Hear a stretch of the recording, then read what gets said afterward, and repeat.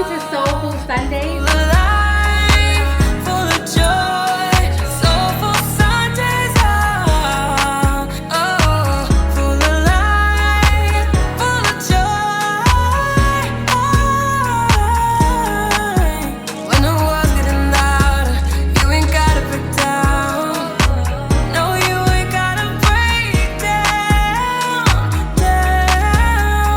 Stand tall, you are powerful. Welcome to our latest episode of Soulful Sundaze. Come on, girl. Can I get a beat? Can I get a beat? Shoulder action. Just a little shoulder. Shimmy. We are excited today because we are here to bring you guys an amazing episode of Cycles. And what a better way to bring it in the kitchen, around the island with my girls. I have my amazing co-host, Judy Johnson. Hey, y'all. And my other super beautiful, amazing co-host, Ty French. Hello. And today we're excited because this is such a beautiful conversation. Cycles, the journey of life, Yes. How to, navigate life, and to how to break cycles.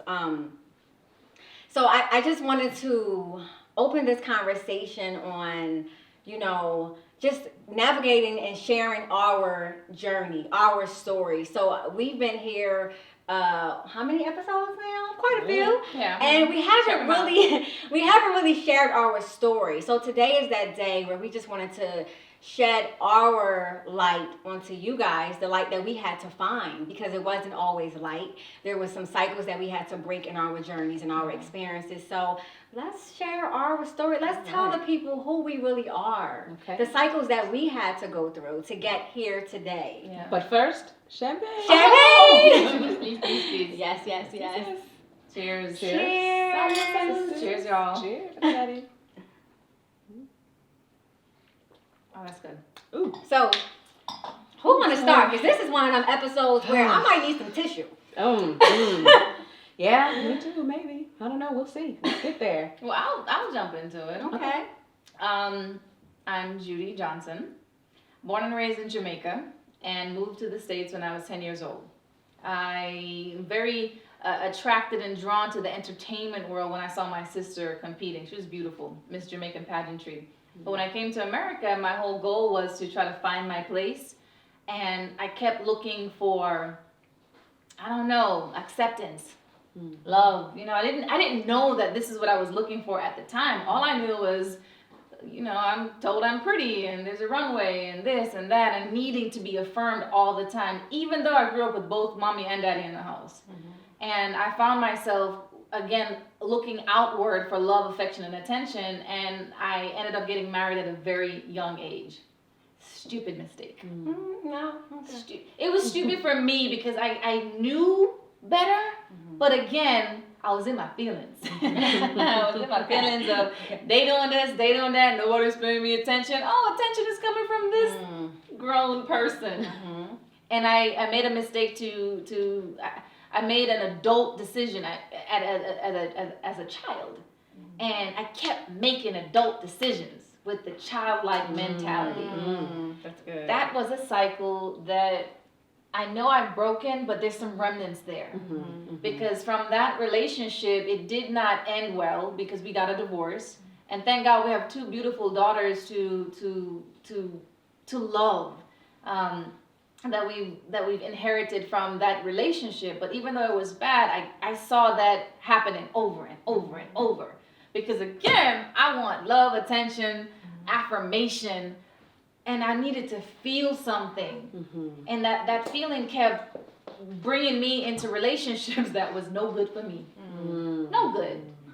Kept needing to be validated, kept needing to be told certain things, and when I wasn't hearing it, I'll break it from this thing, and instead of looking internally, I wanted that external feeling to be poured back into me. And I did that for so long. And thank you, Jesus. Thank you, Jesus. I had a breaking moment where I'm like, all right, God, I'm not doing something right. This is wrong. I remember being in a relationship thinking, this isn't it. Yeah. God promised me something more, and I wanted that thing. And I remember in the shower on the floor, like a movie scene, crying with the water all coming, you know that movie scene. I was crying, and I remember saying, God, I'm willing to do it your way. I'll try it your way. And that was the beginning of the shift of a cycle for me, because I met my husband. I met my husband, and in that space, it was beautiful. It was wonderful. It felt great. And then it didn't feel so great. It didn't feel great because this was a man that challenged me.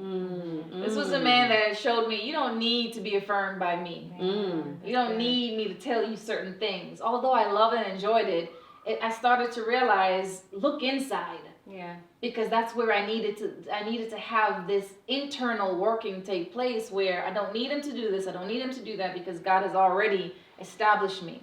And that was a cycle that I recognized through the pattern of my life, where no, I'm good all by myself. Yeah. Because God has made it so. Yeah. All right. So That's good. That's powerful. Come on. Sharing that. of course. That transparency. Thank you. Yeah. Because that it's hard. It is. And for me, and I guess I'll go into my story. I mean, for me, it was, I guess my cycle was mischief, because when I was young, like I said, and as you guys know, over the few episodes, I come from a 2-parent home, and there are these expectations from society and even my family, and I feel like I had this dichotomous life. Like, I was, on one hand, I was the girl that spoke well and had manners and was the girl that my parents wanted me to be and groomed me to be, but then I wanted to go out to the streets, and where I had my hood friends and my older boyfriends and sneaking out the house and doing all kinds of things that even my parents don't know to this day. But now they do. I know now. You know, and I sought after, and I guess you could call it attention, but it was more than attention for me, because I felt like I got attention from my family. I think it was more like I wanted to, you say kids are fast. And I wasn't fast because I just wanted a boyfriend. I was fast. I wanted to be an adult. I felt like I had the tools to be an adult. At 14, I thought I knew everything. Guilty. And when I say that I found mischief, like, I remember I would concoct these plans, and I think that's probably why I'm able to kind of string stories together the way that I do, because I would sit and think in my room how to get away with something, and I would do it. Wow. And here's an example. So for one instance, I was in 8th grade. My birthday's in March, so when you're in a grade, if your birthday's in the beginning of the year, you turn the year older. Yeah. So I was 14 and going to high school, and I had this guy I was talking to. I don't know if you guys remember this little phone service called The Loop. I don't know if you guys had that. The Loop. The Loop. It's It's a Cali thing. I'm a Cali girl. We didn't have that in DC. We had The Loop, and it was a phone service. You didn't see any pictures before social media, you know what I mean? So it was like, you have a voice intro, like, hey, this is Ty. You had this cute little voice, like, hit me up, leave me a message, that kind of thing. And so I met this guy, and he was 18. And we had a phone relationship, and I lied about my age, of course. I was 17, and what's funny is this guy told him that I was going to Hollywood High School. I was at Hollywood High School because that's where I was going, but he went to Hollywood High School. He's like, really? I said, well, actually, I'm transferring because I didn't do all these lies. So anyway, I won't make the story so epic, but what I did was he invited me to go to his senior prom with him because he's thinking I'm 17. And, at 14, you think like, oh my God, I have to make this happen because this guy will be disappointed. And I said, okay. So I sat and I thought, what can I do? I had a friend. And what I did was, because I had a 2-parent household, I sought after friends that had 1-parent households. Mainly single mothers, because I felt like they had more leniency. Because in my household, my dad was a disciplinarian. So in my world, fathers were the ones that implied discipline or employed discipline. And my mother was sweet. My mother was kind, and very attentive and generous. And my dad was too, but my dad, at the end of the day, if we had to get a spanking or a punishment, he was the one to do it. And so I was like, okay, what can I do? How can I go to this prom? So I had a friend who had a single mother, and her mother was more so like a friend to her kids. I love that. What teenager wouldn't love that? As an adult, I'm glad I didn't have that. But I asked her. Well, first I asked my mom. But not if I can go to a prom. I said, Mom, what would you think of, if I said I wanted to go to a prom? Would you let me go to a prom? Just like hypothetical, right? Hypothetical. And she said, girl, no. I said, well, plan B, right, in my head. So I said, I could stay at my friend's house that weekend, ask her mom, she'll let me go, and I get to go to the prom. And my life stays the same. Because it was so important to me. My world was wrapped around convincing this boy that I was who I said I was. So I made it happen. I asked the lady, my friend's mom, I said, hey, there's this prom, I really want to go, this boy, blah, blah, blah. I told her whatever story, and she was like, oh, I don't know, your mom's going to be pissed. I said, she's not going to find out, it's fine. I'll be back at this time, but we planned it out. This woman had me in her house. She put me in a Chanel dress, because she was a label woman. Like, she liked the labels. She was about product, all the nicest things, right? A gold digger, essentially, because she had a lot of different boyfriends that bought these things for her. So she dressed me up, did my makeup, did my hair, and I went off to this prom with this boy. Nothing happened, you know. Luckily, this boy was celibate till marriage, so it wasn't like he was just trying to, he really thought we were in a relationship. Yeah. And so, first of all, I had a horrible time at the prom because I didn't know anybody, and here this 14-year-old girl in this makeup and this, That is crazy. I look crazy. But now, the funny thing is, my mother, so I got away with it, essentially, right? A week goes by, there's a phone call. It's a woman calling, saying, disguise her voice, because I picked up the house phone. She's like, hi, may I speak to Mrs. Morris? That's my mother's last name. And I said, sure. I give her the phone, and I hear my mom downstairs, what? Huh? What? And so my father, the disciplinarian, he was out of the household at the time. He was at basketball practice with my sister. And so my mom's like, Ty, come down here. And I'm like, what's happening? You know? And she's like, you went to a prom? Anyway, she found out because while I was getting ready, we have a friend in common who was dating my friend whose house I was at. He came over to hang out with her while I was gone to the prom. Oh, wow. His mother came to drop him off. Now, his mother knows my mother. Oh, she Lord. Saw me getting dressed, getting ready, and all of that. And so she was the one that told my mother a week later. I'm thinking I got away with it. Wow. Anyway, that's just a small example of some of the mischief, the extensive mischief that I got into. You know, coming up with stories and just trying to be more than what I was, older than what I was. You know what I mean? And when my parents found out, just the disappointment, the shame that I felt. But the rush that I felt was much greater, so I kept doing it. I kept doing it, like different things, and I really tried to dissect what it was about me, and you know what's so funny, to this day, I don't know. I don't know, other than, and I'll be honest and transparent and sorry to the male viewers, but I started menstruating when I was 9 years old.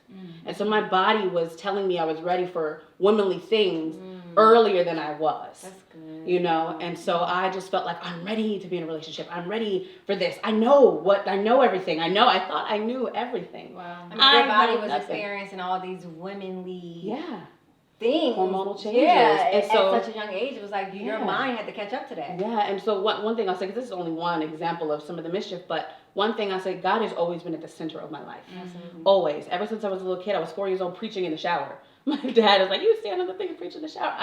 God and I always had a thing. Mm-hmm. And he was always the ruler of my life and my decisions. And to have that split, to know, God, I know you're mad, but I want to do this. You'll forgive me. I'm a kid. Mm-hmm. I had all that in my head. But I knew that God would not forsake me. Yeah. And I always came back around, you know. And so that's just a little example of some of the things that I did. And the trauma that came with my parents' disappointment, you know, and knowing that I lost their trust. You know, I was their daughter, their baby, that they were like, oh, you're smart, you're going to go to school and do this and that. That disappointment, that shame, I wore that. Mm-hmm. But because naturally I'm strong, God gifted me with strength. So I kind of pushed that to the side. Like, my parents will always love me. I'm going to live my life. Mm-hmm. And I kept making the same decisions, the same mischievous, you know, choices and things like that. And I think because once I got out of it and grew up, that I realized the importance of family and my family. And even though I didn't prefer the way that they parented, because they were just two parents and it's I've got to go through both of you guys, you know, ask daddy or ask mom or whatever. I appreciate that now because they have really, like, that's one of the sides, it won. You know, like I said, I had two sides to me, the good side won. Good. You know, so I'm out of the mischievous cycle. I'm out of that. And one last thing I'll say before we pass it on to your story, I remember when I was 14 was a pivotal year for me. A cycle that I remember, this one boy, the guy I was dating, seeing, 14, I shouldn't be dating anybody. The guy I was seeing, he made me feel very bad. I forgot we broke up for something. It was dumb. I was 14. I'm sure it was very dumb, but I looked myself in the mirror. I remember at 14, and I said, Ty, no man is going to ever make you feel like this again. And that made me change. I changed the way that I saw myself. I changed the way that I behaved. Mm-hmm. You know, I changed and became a person that everyone wanted to be around. You know, I tried. I was like, I don't want to be secretive. I don't want to be this. I don't want to be, or even just give my heart, you know, to somebody that doesn't deserve it. Yeah. You know, especially at 14, you know anything about any of that. Right. So it's a lot. But the cycles is, even some of those people try to come back around in my life. Mm-hmm. You know, people you thought you lost, like, oh my God, I really wanted that relationship. And it come back around and you experience it and it's like, not what you thought. You realize it's, Yeah. I mean, Anyway, that's a my journey was kind of similar to yours a little bit. I mean, I feel like we all can relate to everybody in some way. But just growing up in Philadelphia, coming from a single parent home, a mother who was struggling with the drugs, the alcohol, and just not even knowing who my father was. I was constantly in protector mode, constantly in survival mode, constantly just like defending myself and just fighting, trying to get out of this home. How do I get out of this home? And then, going through high school. Okay, my mother never graduated high school. My aunts didn't graduate high school. My sister didn't graduate high school. She got her GED and went on to become a nurse. Okay, I need to break that cycle. I need to graduate high school. So, I again, just like you made a decision. I made a decision to go to school, to show up, because I promise y'all, as a child and waking up to experiencing your mom is hungover around the kitchen table with her girlfriends and her head is down, and this is happening day after day because she's high or just hungover or whatever, and I'm come downstairs, I'm like, Mom, I gotta go to school today, and this is elementary school, so there's nobody who can take me to school. So I miss so many days of elementary school. Wow. And then when I was able to walk myself to school, when I got to middle school, okay, I can do this. But then coming home to this home of no food some days, or I came home to days where there was an eviction notice on my door. So literally my house was padlocked. I couldn't even go into my door. I would go to my block captain house, and I just remember him feeding me a peanut butter and jelly sandwich. Well, let's feed you this until we find your mom, So just having to deal with that. And then when I got to high school, okay, I know that I have not seen anybody in my family go to graduate high school. I need to do this for me. So I made a very important decision that in order for me to change what I am seeing, this reality of this home, I need to figure it out on my own. So I made that very important to graduate high school, and I did. And I got accepted into Penn State University and went to college, and nobody in my family has ever went to college. And I made the effort, okay, I'm going to, not only am I going to graduate college, I'm going to fight and live on campus, and I'm going to graduate on honors. And I fought, and it was so hard because you experiencing the phone calls of your mom overdosing, you experiencing of the phone calls your sister's hungry, I'm in college, I gotta get a job to send money back home to my sisters to make sure they're okay. And I fought, and I did. I graduated college, and it was in my junior year of college that I got pregnant. And to hear all the stories around me, oh, you pregnant? Oh, you're going to be just like your mother. You're never going to even graduate college. And it's just another cycle that people try to put on me. They try to name my mother's story. And it was like, no, I'm going to prove to you that although I'm pregnant, I'm going to continue. I'm going to keep this baby, and I'm going to show you how I can do better because of my mindset. And I did. I fought my way through college and graduated with my son. On a 3.5 GPA. Come on now. So then, leaving school, now having to come back home. Okay, how do I make this situation work with my son's father? And going through that situation, I had to fight because it was another struggle of, not having a dad to learn the importance of a father or a provider. And I gravitated to this man to just try to find some validation, get some attention, some affection, things that I never got at home. Not understanding the importance of a father, and then the importance of just a husband, or you know what I mean, or my son's father. And I fought my way through that situation because it was a fight throughout the whole time, and then getting divorced, and then coming to LA and having to fight as an actor because when you come here and well, you're an actor, you should do this way, you should do this that way. So now my whole identity is confused and all over the place. So I'm trying to fight my way through these situations, and now I'm being sexual harassed on set. I'm being sexual harassed while being with these managers or agents who's quote unquote supposed to help you, get to the platform you need to be in your career. So I had to fight my way through that. So it just got to a point in my life where I was like, Lord, I'm done fighting. I'm done fighting. And even saying it now is just like, it's like I just carry all of that to tell this story, and I just let it all go just now, and it was like, wow. I was like, I'm done fighting, Lord. I surrender to your will for my life. What do you want? Who am I? And through asking him, who am I? He said, well, let me show you who I am. As you seek me, as you study me, and I'm going to show you who you are. And it was the first time in my life where I was like, wow. Okay, so this is what Lena wants. This is what Lena needs. In order to never allow those cycles to ever attach me or my generation, my new generation that I'm creating ever again. Because I had to disconnect myself from the past. I had to disconnect myself from my family. And family is blood, but sometimes in order to break cycles, you gotta release and disconnect yourself from those people. It's funny you say that, and thanks for sharing, both of you guys. I mean, it's very profound and powerful how we find ourselves in situations that are very similar. When it comes to cycles and being able to identify, it can be tricky and difficult, because when you're in a picture, you're in the picture. You can't see the whole picture. You're in it. You gotta, I remember coming to a point in life where I had to write down all the hurt that I've experienced over the course of my life. And I had to, as a 20-year-old, a 28-year-old, I forget how old I was when I did this, I had to go back and apologize and protect the person that was deep in me, the person that was scarred, the person that was in the picture of this cycle. Being able to recognize, okay, when I was 6, this happened, and I felt my mom wasn't there for me. She was always flying off to America to provide for us. Can you imagine feeling like she was leaving? Or at 12, wanting that daddy-daughter attention, and daddy was working, daddy was always busy. So I had to sit and take time to go back and apologize. And then also tell this child within me that everything is okay. Everything will be fine. Everything is fine. How did you identify with that? Okay, I'm in a cycle. I'm a fighter. I'm being mischievous. How do I identify and then break it?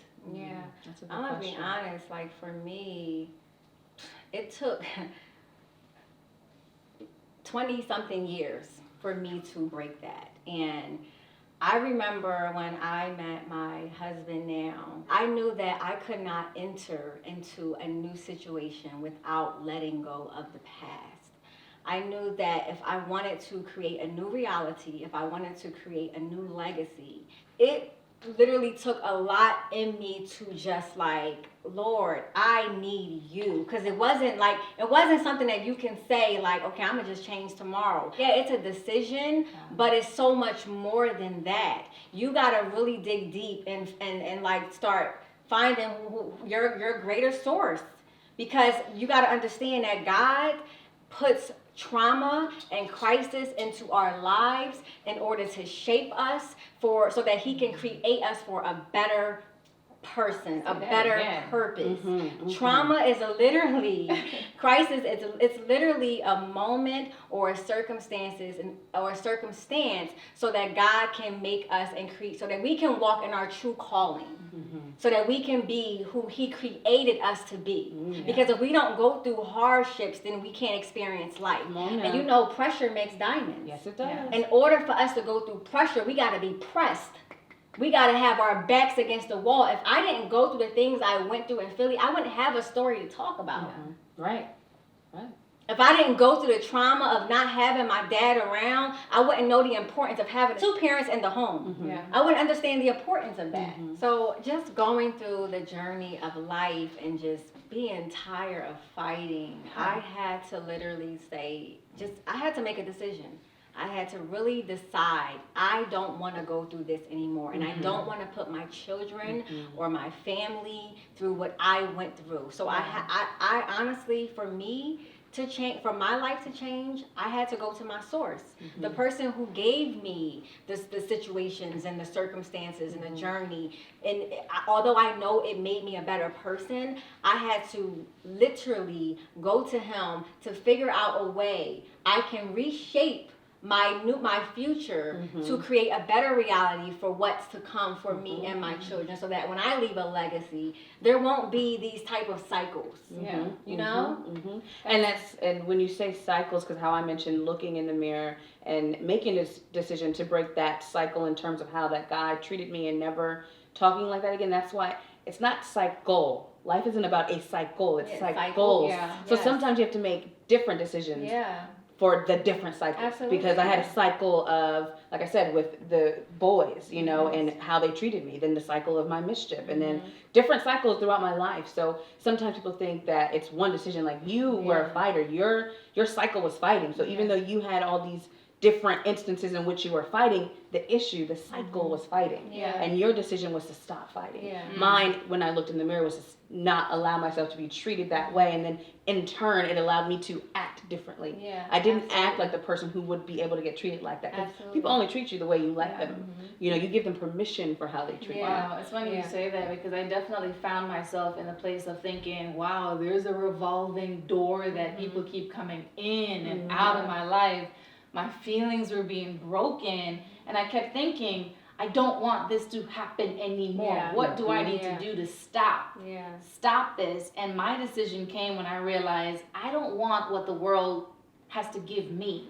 I need to stand and look and say, what do I have to offer? Yeah, that's And so that was good. when That's I realized, powerful. you know what? Nothing is happening to me, Yeah. but I'm experiencing something. Yeah. And in that experience, I define the cycles that I want. So I want the good habits. Yeah. Yeah. And I'm still working on some good Yes, habits. absolutely. We all It's are. a lifelong journey. Because the thing with cycles, you can create more cycles Yes. as you Yep. navigate through Yes. life. Other cycles can occur, because at the end of the day, God allows these things to happen to us to build our character, Yes. to build our to build our experiences, so that we can have something to share, and like you said, something to offer. Yes. Because we were put here again for a purpose, Yes. in order to help people and to help people grow. So our cycles aren't for us.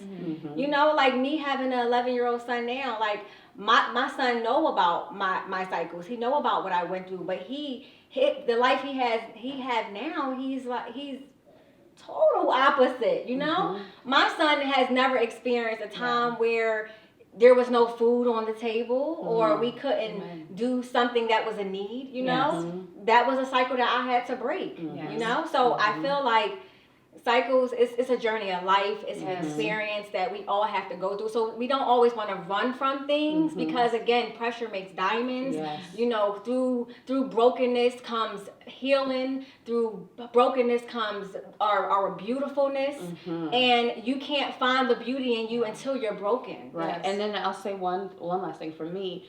I know some audience members are probably thinking that I don't really understand or recognize a cycle in my life. But as you said, you know, once you come to the point where you're like, I don't want to feel like this anymore. I don't want this. I want something else. Yes. That's when you know you're in a cycle. Because Yes. the word cycle, very simple word, but very intense, immense concept. Yeah. Because people are like, a cycle? Like, what do you mean things that go around and around and around? Yes, that's the definition. However, when you don't know, or if you're sitting watching saying, am I in a cycle? I don't know. But if you ever had that feeling where your back is against the wall and you're pressed, or you just don't want to feel like anything anymore, that's when you turn to yourself in the mirror or wherever and say, okay, I'm going to make a decision. And say that. It might sound rote. It might sound, not rote like written, rote like routine. Yeah. You know, it might sound so mechanical, but that's what you have to do to break down our cycles, because we are creatures of habit, and we continue doing things the way that feels natural. We don't like to feel uncomfortable, but sometimes you got to get uncomfortable so you can become comfortable. Yeah. You know? I want to add, because you hit a great point where, in terms of, you had mentioned always in this negative cycle. And I remember when I was experiencing a joyful experience, moment in my life. It was beautiful. I wasn't fighting. Mm-hmm. I wasn't proving. I wasn't trying to get done. And I had no idea how to operate in this joyful space because I thrived in chaos. Wow. God, Wow. I found a way That's to deep. live interesting. in this space where it wasn't healthy. So these unhealthy habits became a new cycle where here I am, healed, holy, sanctified in my newness, and I have these horrible, bad habits of I'm going to create doom and destruction in my own life because I'm used to that cycle. Yeah. So you got to watch out for that too, Yeah. where you're in a new season, but you're doing old cycle stuff. Ooh, that come you're on, doing. Judy. Yeah. I'm just saying. Come on. I'm talking to myself that every now and then. Preach I'm it to like, the choir. why does this feel that way? Because Judy, you're free from it. Yeah. You don't Yeah. have to do that Yeah. anymore. Yeah. And that mental cycle of I gotta figure it out, I gotta get this done, I gotta break through. God's like, chill. You don't have to got break this. through. I got this. Chill. Exactly. Because again, that's why we go through those things. And a lot of times, the funny thing about it, God will put us in a cycle in order for us to see Him, get us out the cycle. Because we're so busy trying to get ourselves out the storms, out the crisis, and we cannot do that.